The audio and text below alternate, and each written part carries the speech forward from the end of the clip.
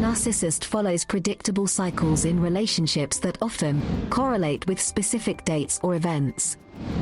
Today, we'll explore their time-linked patterns in detail, so you can anticipate and guard against emotional abuse. Yeah, it's based on true events. Idealization phase. Narcissists use the early idealization phase to groom you into becoming a compliant source of supply. They inundate you with flattery, gifts, and attention. They declare you're their soulmate after knowing you for days. So fast. Not years. This love bombing manufactures a false sense of intimacy and dependency. You feel so lucky to have met someone who appreciates you so deeply, so quickly. They strategically time extravagant dates and vacations during this honeymoon period. For example, Jamie met a narcissist who spontaneously booked a trip to Paris after only 3 weeks of dating. We wait. Brian was flooded with elaborate bouquets and sweet texts every morning for 2 months. Bye. The narcissist maps out your preferences to use them for future manipulation. Gift giving also allows them to impose financial control early on by creating a sense of obligation. This idealization reaches a fever pitch around milestones like holidays, anniversaries, and birthdays. For your first birthday together, expect over-the-top surprises and declarations of eternal love. They know these cultural rituals hold significance for you, and use them to deepen their hooks. Devaluation phase.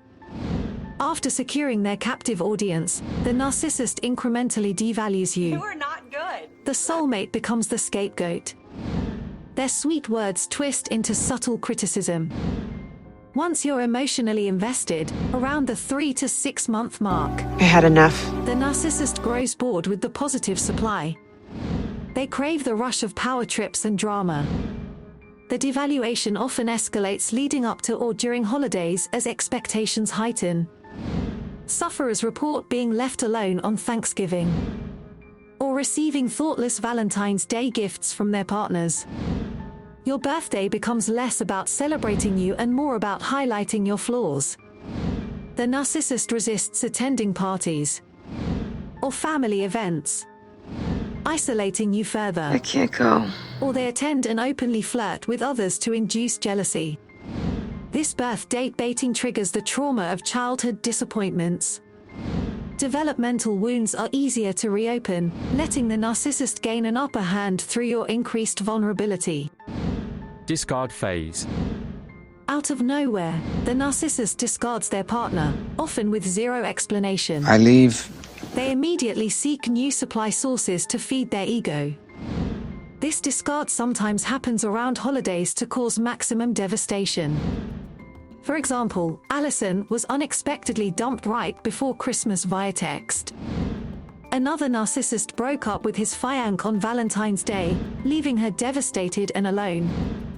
Other times narcissists coordinate a traumatic discard conveniently right before major financial obligations are due, like rental leases or mortgage payments. We got a problem. They break up and stick you with the fallout.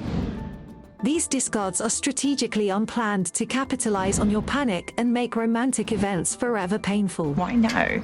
The unpredictability keeps you walking on eggshells trying to please them. Hoovering phase. After securing their new supply, I am back. the narcissist often circles back to previous partners in a hoovering attempt. They reel you back in by feigning remorse and unconditional love. Predictably, this hoovering happens as holidays or anniversaries approach. Sentimental dates activate fears in the narcissist of missing out on valuable supply your misery and longing. So in September, they reappear expressing undying love and regret. I can't be alone anymore. Hoping to traumatize you twice when they disappear again by the holidays. They intentionally stir up sadness around meaningful events as emotional punishment. Triangulation tactics. A key principle of narcissistic abuse is triangulation. Turning people against each other to elicit jealousy and compete for the narcissist's attention. Triangulation often happens around holidays. I don't feel love. When the narcissist's pathological envy is triggered seeing others happy. For instance, Allison's partner picked a fight with her stepsister at Thanksgiving dinner, ruining the family meal. Family dinner. The narcissist particularly triangulates with sources of new supply, real or invented around sentimental dates. Lucy was taunted all Christmas morning as her husband texted his mistress in front of her. Birthdays are prime opportunities for the narcissist to overtly flaunt new partners or brag about dates. That's my date. Similarly, social media helps them passive-aggressively triangulate on holidays and anniversaries by posting photos meant to induce jealousy. Their timing causes maximum hurt. Intermittent reinforcement. The narcissist cycles between punishing devaluation and intermittent love bombing, sprinkling in random gifts or compliments when you're ready to leave. Emotionally torturous behaviors are intensified around holidays and events with heightened expectations.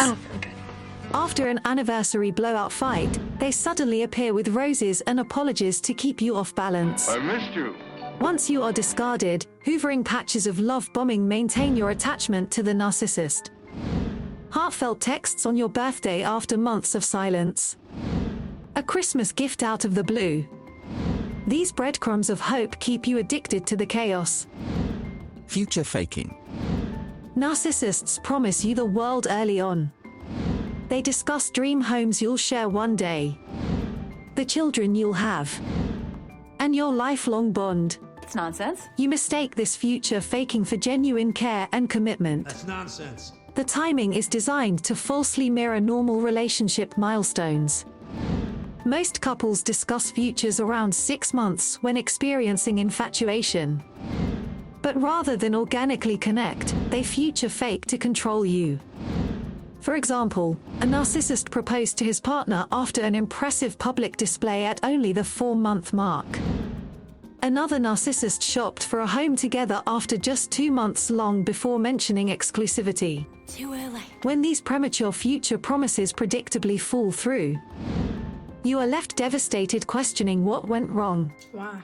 This secures the narcissist's position of power in the dynamic. Self-centeredness. A narcissist's disproportionate self-focus translates into behaving heartlessly around holidays. Your birthday marks another year older for them, not you. They resent spending money on gifts, Waste of money. rather than receiving comfort in hard times. You'll be penalized for requiring emotional support on special days. Their needs eclipse yours. Anniversaries serve as reminders of the narcissist's imprisonment, not celebrations of mutual commitment.